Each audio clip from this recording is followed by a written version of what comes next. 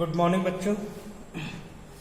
आज हम एनसीएफ की विशेषताओं के बारे में और विभिन्न स्तरों पर किस प्रकार का पाठ्यक्रम यानी जो एनसीएफ के अकॉर्डिंग सिलेबस बनाया गया है, कौन कौन से विषय होने चाहिए, विभिन्न प्रकार की स्थितियों में कौन कौन से विषय पढ़ाने चाहिए बच्चों को, उनके बारे में चर्चा करें। तो सबसे पहले हम बात करते हैं एनसीएफ की विशेषताओं के बारे में।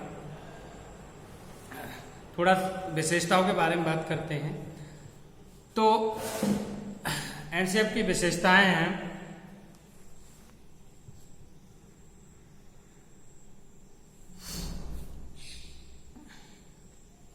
जिसमें नंबर 1 डाल लीजिए।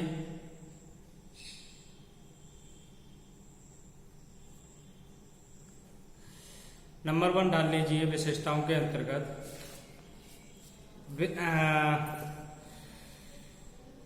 विशेषता के अंतर्गत नंबर डाल लीजिए कि शिक्षण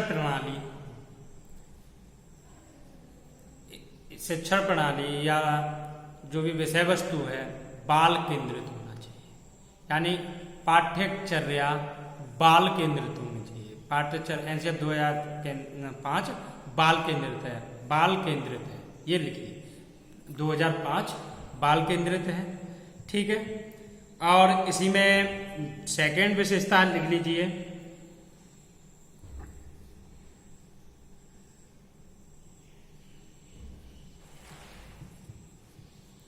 पाठ्य पुस्तकों को रंगीन बनाया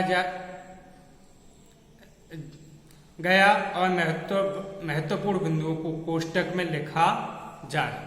इसके अंतर्गत जो विशेषता बताई गई थी, इसमें जो बताया गया था कि जो पाठ्य पुस्तक है इसके एनसीएफ 2000 के पास पाठ्य पुस्तकों को कलरफुल बनाया जाए और जो महत्वपूर्ण बिंदु हैं उनको कोष्टक में या थोड़ा सा मोटा, काफी मोटा करके उनको अलग से प्रदर्शित किया जाना चाहिए, ठीक है।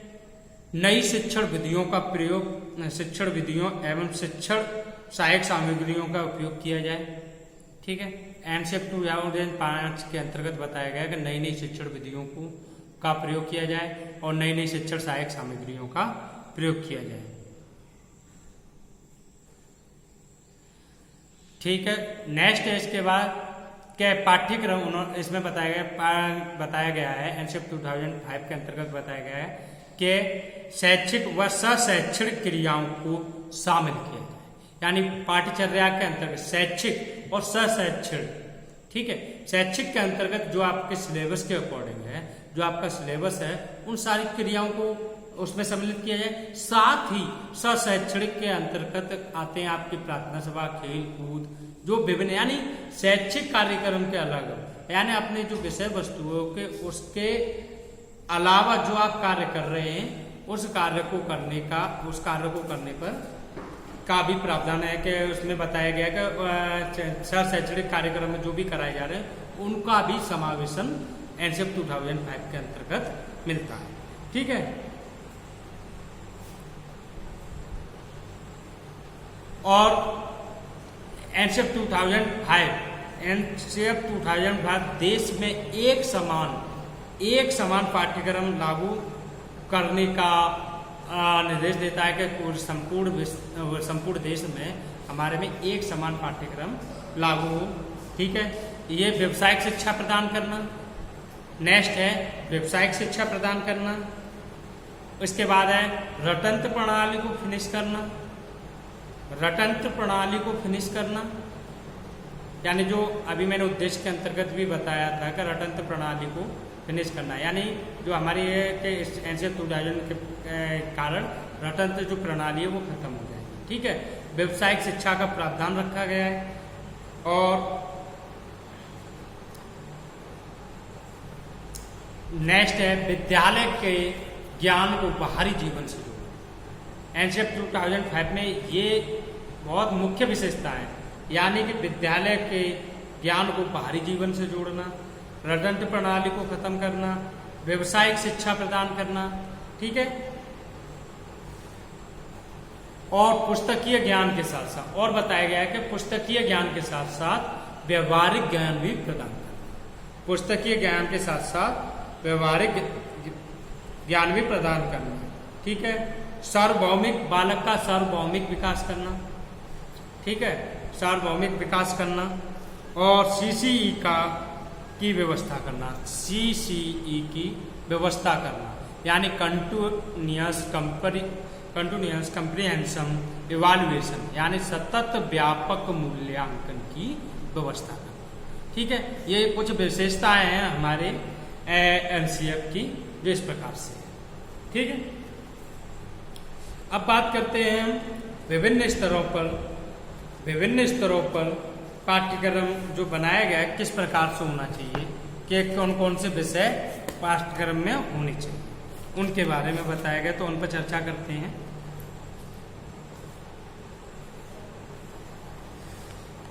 हेडिंग डाल लीजिए, पाठ्यचर्या 2005 के अनुसार विभिन्न स्तरों पर विभिन्न विषय पढ़ाने चाहिए, जिसमें नंबर 1 है प्राथमिक स्तर।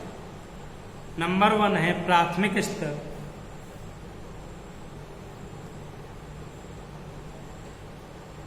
प्राथमिक स्तर की बात कर रहे हैं जहां 1 से 5 क्लास, फर्स्ट से 5 तक की बात कर रहे हैं, फर्स्ट से 5 तक की बात कर रहे हैं, जिसमें नंबर 1 विषय होना चाहिए मातृभाषा, यानी जो भी हम पढ़ा रहे हैं, जो भी उनको समझ रहे हैं, उनको अपनी मातृभाषा का ज्ञान होना चाहिए, मातृभाषा होनी चाहिए। सेकंड नंबर की बात करते हैं तो उसमें होनी चाहिए गणित, सेकंड नंबर पर बात करते हैं तो होनी चाहिए अंग्रेजी। ठीक है, थर्ड नंबर पर बात करते हैं तो गणित का विषय कभी इन्वॉल्व होना चाहिए, यानी मातृभाषा, फर्स्ट नंबर पर मातृभाषा, सेकंड नंबर पर अंग्रेजी भाषा और थर्ड नंबर पर गणित। फोर्थ नंबर पर पर्यावरण अध्ययन।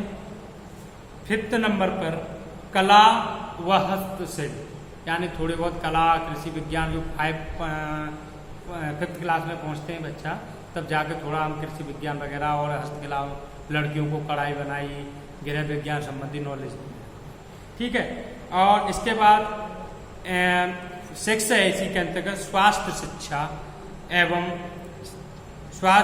एवं शारीरिक शिक्षा, यानी स्वास्थ्य शिक्षा एवं खेलकूद की शिक्षा भी जोड़ सकते हैं। ठीक है, स्वास्थ्य शिक्षा एवं खेलकूद, यानी स्वास्थ्य शिक्षा एवं खेलकूद की भी जानकारी देनी चाहिए। ये सारे विषय आपको 1 से 5 तक के क्लास में मिलेंगे। जैसे फर्स्ट क्लास में हम पढ़ाते हैं, फर्स्ट क्लास में हो बच्चा तो हिंदी, अंग्रेजी और गणित का ज्ञान देते हैं, उससे सेकंड क्लास पर फिर स्तर बढ़ता है, थर्ड क्लास पर स्तर बढ़ता है। तो ये सारे विषय हैं 5th क्लास में। एक और विषय है जिसमें 7वां विषय जोड़ लीजिए, कार्य अनुभव। ठीक है, कार्य अनुभव, यानी विभिन्न प्रकार के प्रैक्टिकल कार्य कराने चाहिए, जिससे जैसे लड़कियों को कढ़ाई बुनाई संबंधित कार्यक्रम, लड़कों को कृषि संबंधित कार्यक्रम और विभिन्न प्रकार के विषय कार्य अनुभवों को प्रदान कराना चाहिए। अब बात करते हैं सेकंड स्तर पर, यानी ये तो हो गया प्राथमिक स्तर, यानी या पूर्व प्राथमिक स्तर भी कह सकते थे। अब बात करते हैं उच्च प्राथमिक स्तर के लिए।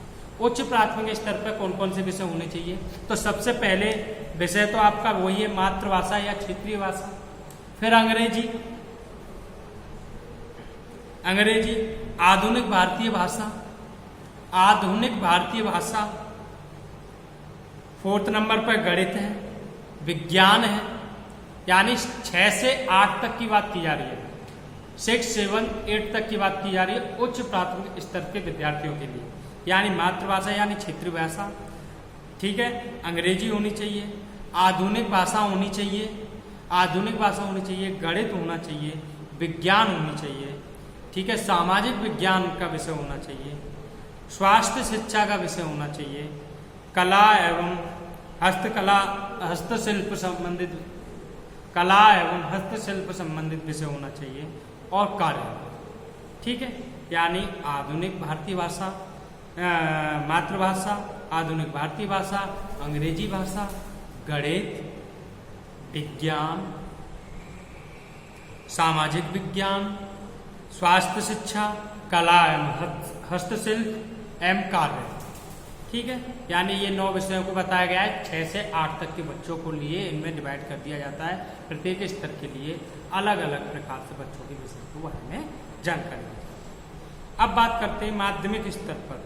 माध्यमिक स्तर पर क्या होना चाहिए, यानी 9th और 10th, माध्यमिक स्तर पर 9th और 10th के लिए, जिसमें नंबर 1 है मातृभाषा या क्षेत्रीय भाषा, नंबर 2 पर है अंग्रेजी भाषा, यानी सेकंड जो भाषा है अंग्रेजी भाषा, थर्ड भाषा के रूप में है संस्कृत, उर्दू, जो भी स्टेट लेवल की जो भी भाषा है उसके बारे में, ठीक है। 4th नंबर पर विज्ञान, 5th पर गणित, फिर 6 पर सामाजिक, 7 पर कार्य अनुभव और 8 पर कंप्यूटर शिक्षा और 9 है कला, ठीक है, कला संबंधी शिक्षा।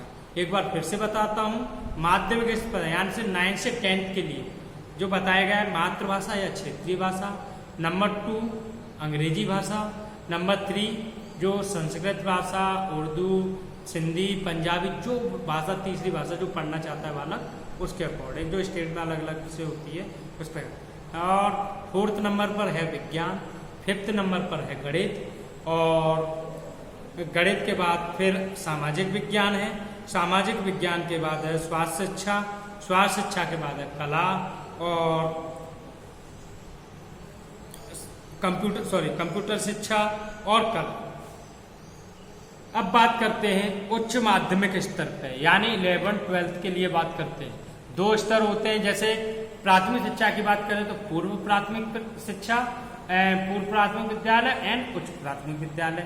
ऐसे ही बात करते हैं माध्यमिक लेवल के लिए तो माध्यमिक या निम्न माध्यमिक कह सकते हैं, पूर्व माध्यमिक कह सकते हैं, माध्यमिक और माध्यमिक शिक्षा एंड उच्च माध्यमिक शिक्षा, यानी माध्यमिक विद्यालय एंड उच्च माध्यमिक विद्यालय। माध्यमिक विद्यालय के अंतर्गत आपके 9 से 10th आते हैं और उच्च माध्यमिक स्तर की बात करते हैं तो 11th 12th की बात की जाती है, ठीक है। उच्च माध्यमिक स्तर पर किस प्रकार से होना चाहिए, जिसमें इसमें विभिन्न प्रकार से बताया गया है कि पहले स्तर में अनिवार्य विषय, पहले स्तर पर हेडिंग डाल लीजिए अनिवार्य विषय। अनिवार्य विषय के अंतर्गत मातृभाषा, अंग्रेजी भाषा और गणित, ठीक है। अनिवार्य विषय है मातृभाषा, अंग्रेजी भाषा एवं गणित, ये 3। कला वर्ग के विद्यार्थियों के लिए अनिवार्य विषय है इतिहास, भूगोल, नागरिक शास्त्र, अर्थशास्त्र, समाजशास्त्र और मनोविज्ञान, ठीक है। यानी कला वर्ग के छात्रों के लिए हैं इतिहास, भूगोल, नागरिक शास्त्र, अर्थशास्त्र, समाजशास्त्र और मनोविज्ञान, ठीक है। वाणिज्य वर्ग के लोगों के लिए हैं अकाउंटेंसी यानी लेखा शास्त्र, ठीक है, टाइपिंग एंड व्यापार, यानी लेखा शास्त्र, टाइपिंग एवं व्यापार वाणिज्य वर्ग के बालकों के लिए। विज्ञान वर्ग के बालकों के लिए भौतिक विज्ञान, रसायन विज्ञान, जीव विज्ञान, अन्य विषय, कंप्यूटर, कला और अन्य ऐच्छिक विषय भी इसके अंतर्गत शामिल किए, ठीक है। यानी ये समझ में आ गया आपको 12th के लिए क्या है, 9 10th के लिए क्या होना चाहिए विषय। अब इसमें एक चीज़ और मोस्ट इम्पोर्टेंट चीज़ याद रखना, कभी कभी आपके ऑब्जेक्टिव टाइप में पूछ देता है, ऑब्जेक्टिव टाइप में क्वेश्चनों में पूछ देता है कि एनसीएफ 2000 के समय हमारे शिक्षा मंत्री कौन थे। तो हमारे एनसीएफ 2005 जब बनाया जा रहा था उस समय शिक्षा मंत्री थे कपिल सिब्बल, ठीक है, श्री कपिल सिब्बल थे। और प्रधानमंत्री थे मनमोहन सिंह, ठीक है। प्रधानमंत्री कौन थे? मनमोहन सिंह। और राष्ट्रपति एपीजे अब्दुल कलाम, ठीक है। यानी शिक्षा मंत्री कौन थे? कपिल सिब्बल थे। प्रधानमंत्री कौन थे? मनमोहन सिंह। एंड राष्ट्रपति कौन थे? एपीजे अब्दुल कलाम।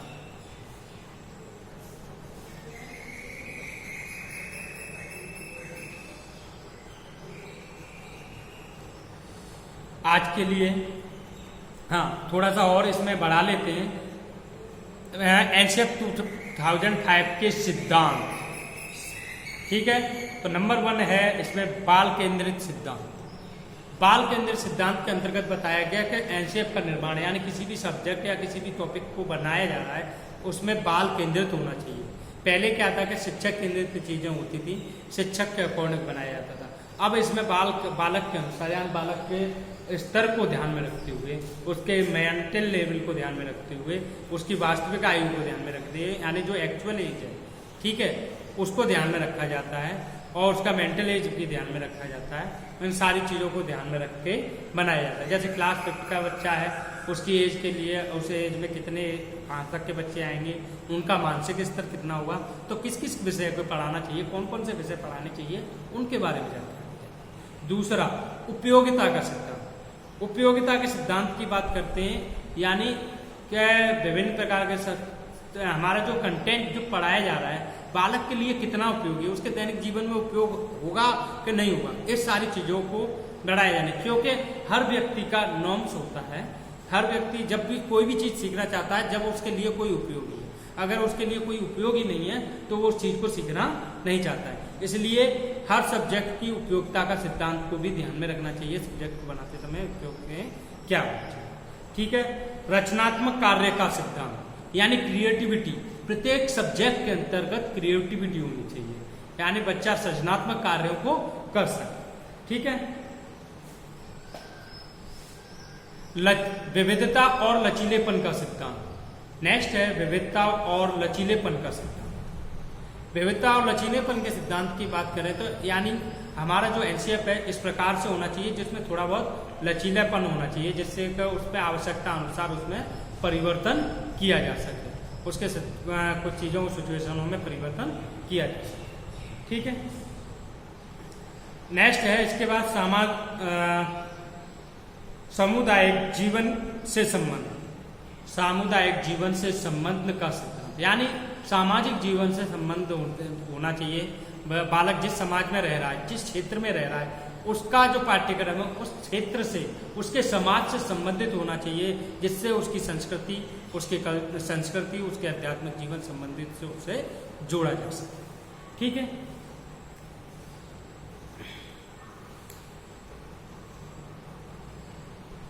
अब बात करते हैं एनसीएफ 2005 की आवश्यकता क्यों पड़ी। ठीक है। यानी आवश्यकता क्यों पड़ी तो एनसीएफ 2000 को मैंने बताया था कि एनसीएफ 2000 पे लगाया था कि धर्म संबंधित इसमें धार्मिक शिक्षा को बढ़ावा दिया गया है कि हर व्यक्ति ये देता है कि अपने अपने धर्म की शिक्षा के बारे में बताया गया। तो इसमें धार्मिक शिक्षा को संबंधित ये बताया गया कि धार्मिक शिक्षा संबंधित ज्ञान दी। तो इसके अकॉर्डिंग एनसीएफ 2000 में इसलिए आवश्यकता पड़ी कि धार्मिक शिक्षा यानी धर्म संबंधी कोई शिक्षा नहीं दी जाएगी, सभी बालकों को उसकी आवश्यकता अनुसार उनकी सामाजिक दैनिक जीवन से संबंधित शिक्षा दी जाए। ठीक है। 21वीं सदी की आवश्यकता को देखते हुए यानी हम आधुनिक मॉडर्नाइजेशन की ओर बढ़ रहे हैं। ठीक है। आधुनिकीकरण की ओर बढ़ रहे हैं, तो उससे संबंधित शिक्षा होनी चाहिए। भारतीय समाज में विविधता, भारतीय समाज में विविधता के कारण आवश्यकता पड़ी कि हमारे भारतीय समाज में विभिन्न प्रकार की विविधता है। तो इसलिए हमारा जो पाठ्यक्रम है, हमारे स्थानीय चीज़ों पर आधारित होना चाहिए। जैसे बच्चा उत्तर प्रदेश का है तो उत्तर प्रदेश की चीज़ों का भी समावेश होना चाहिए, और उत्तर प्रदेश के सामाजिक जीवन, उसके कल्चर का समावेश होना चाहिए। राजस्थान का नहीं तो राजस्थान, फिर उससे धीरे धीरे बढ़ा के भारतीय समावेश का समावेशन करना चाहिए है, फिर वैश्विक स्तर का समावेशन करना चाहिए। इस प्रकार से बात परिवर्तन के लिए आवश्यकता यानी एक समय बाद परिवर्तन के लिए भी आवश्यकता पड़ी कि कल्चर जो हमारा जो शैक्षिक ढांचा था वो पुराना हो चुका था, इसको बदलने के लिए एनसीएफ 2005 की आवश्यकता पड़ी। और एक है एनसीईआरटी का आवधिक व्यायाम, यानी मैंने बताया था कि एनसीईआरटी को ये कार्य दिया गया था कि हर 5 साल बाद आप एनसीएफ को बनाइए, यानी एक आवधिक कार्यक्रम यानी व्यायाम के लिए आप एनसीएफ का निर्माण करें। ठीक है।